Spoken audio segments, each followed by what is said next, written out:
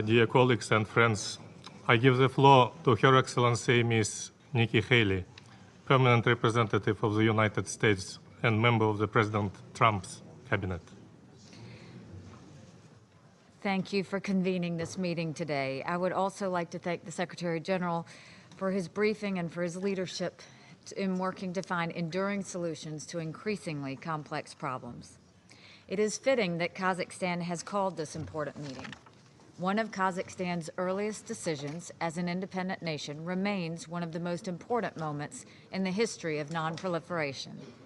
After the fall of the Soviet Union, Kazakhstan voluntarily removed Soviet nuclear weapons from its territory and joined the Nuclear Non-Proliferation Treaty.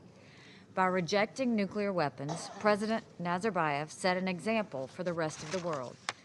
This action built confidence. It showed Kazakhstan's neighbors and the world that they were not a threat.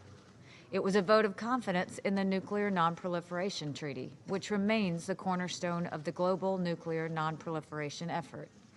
And critically, Kazakhstan's action demonstrated that it valued peace and stability in its relations with other countries.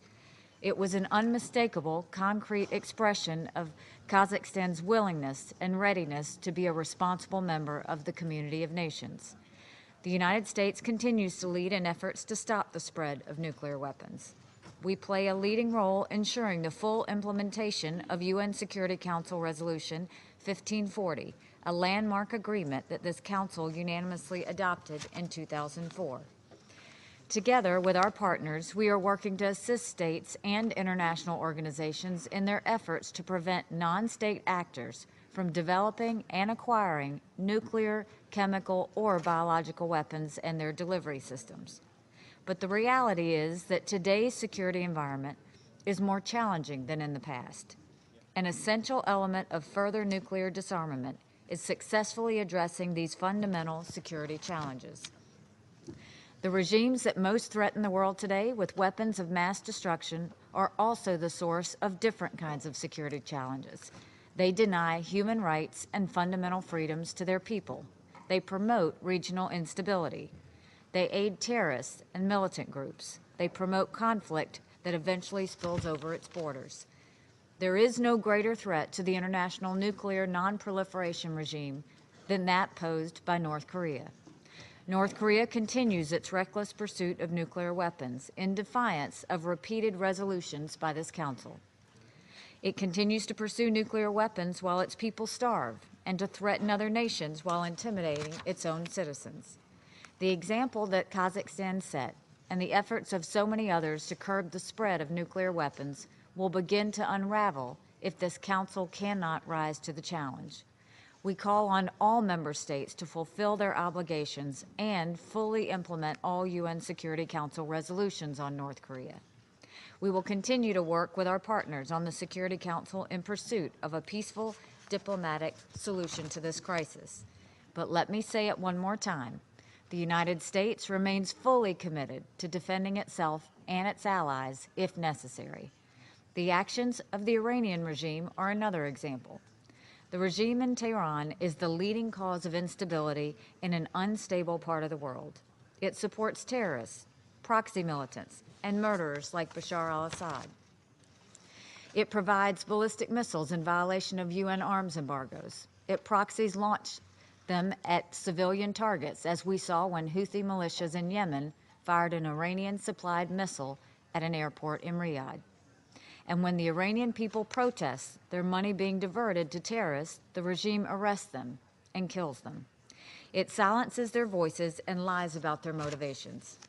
When the Council passed Resolution 2231, it endorsed the nuclear agreement, and it retained its series of prohibitions on Iran's behavior. The Iranian regime has repeatedly violated these prohibitions, and in doing so, it has repeatedly shown itself to be unworthy of our trust and our confidence. And so when this Council considers the question of how we can promote confidence that states won't engage in the proliferation of weapons of mass destruction, the place we must start, and the very minimum we can do, is to insist that states comply with their existing international obligations. In the case of Iran, While the United States continues to uphold its commitments under the Joint Comprehensive Plan of Action, the international community must also demand that Iran fulfill its obligations under Resolution 2231. We impose these obligations as a Security Council. Together, we must respond to Iran's dangerous violations, not because we want the nuclear agreement to fail, but because we want the cause of nonproliferation to succeed. We must not forget that weapons of mass destruction are not just an abstract threat, but weapons that evil regimes will put to use. The Syrian regime has repeatedly used chemical weapons against its own people. These are the actions of a government so corrupt that it stands with ISIS as the only entities to use chemical weapons as tools of warfare in the 21st century. The Security Council must respond to this outrageous violation of international law and basic human decency. This council created the Joint Investigative Mechanism, or JIM, for the express purpose of exposing the violators of these crimes. The JIM determined that the Assad regime and ISIS used chemical weapons in Syria. Both must be held accountable for their actions. But one nation stands in the way of the Security Council fulfilling its duty.